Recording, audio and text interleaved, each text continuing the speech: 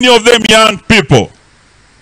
My brother, Professor Wajakoya, could have been here with us, but today as we speak, he is receiving the body of a young man, Meshach Shireka, one of the 30 people, the names you have seen here today.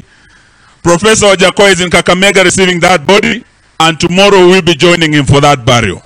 So we say pole to all of you, and we say wale wanasema walisimamisha Reggae BBI, na leo wanasema watasimamisha maandamano.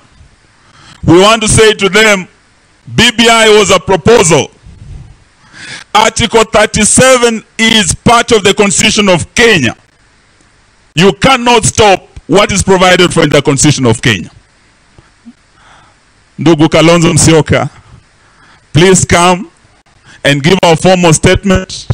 And to all those who are affected, please let's pray for them as we launch the fund